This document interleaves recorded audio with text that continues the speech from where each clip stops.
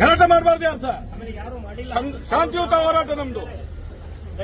ಏನು ಹೋರಾಟ ಮಾಡಿದ್ರೆ ಆ ಸುವರ್ಣ ಟಿವಿ ಇಲ್ಲಿಂದ ಲೈವ್ ಬಿಟ್ಟಿದ್ದಾನೆ, ಹೊಡೆದಿದ್ದಾರೆ. ಅವೊಂದು ಫಿಸಿಕಲ್ ಟೆಸ್ಟ್ ಮಾಡಬೇಕು, ಪಾಪಿದ್ದು ಟೆಸ್ಟ್ ಮಾಡಬೇಕಿತ್ತು. ಆ ಬೇವರ್ಸಿಗಳು ಸುವರ್ಣ ನ್ಯೂಸ್ ಮಾಡುದೇ ಬೇವರ್ಸಿ ಕೆಲಸ. ಅವರು ಹೊರಗೆ ಬಿಡಿ.